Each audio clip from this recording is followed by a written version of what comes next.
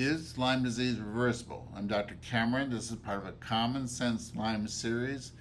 Yes, especially when diagnosed early. But I have patients with chronic symptoms, chronic illness, chronic presentations who've done well with retreatment, and others have had the same observations. I've seen improvements in patients with Lyme arthritis, neurologic Lyme disease, which include Lyme encephalopathy, neuropsychiatric symptoms, which include pediatric acute onset neurologic syndrome, POTS, autonomic dysfunction, and autonomic dysfunction includes upset stomach, constipation, sensory issues, chronic fatigue, sensory hypersensitivity, and co-infections with various organisms, including Babesia. So the timing matters.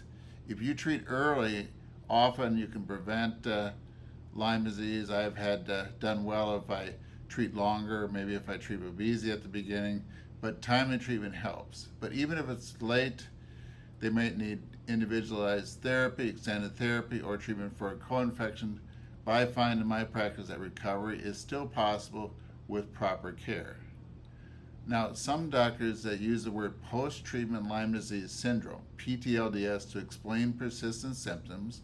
They assume it must be immune dysfunction or residual damage, but even in the literature they discuss that a persistent tick-borne infection can lead to post-treatment Lyme disease syndrome.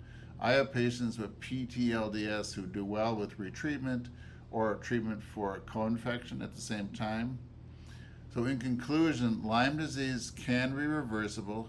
It often is in patients I take care of, but trying to fit a treatment protocol of 21 to 30 days of doxycycline is not enough for these patients.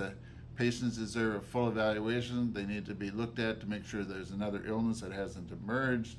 And once they get treated, they need targeted treatment with the hope of not only partial gains, but a full recovery. So thank you for joining me for this Common Sense Lyme series.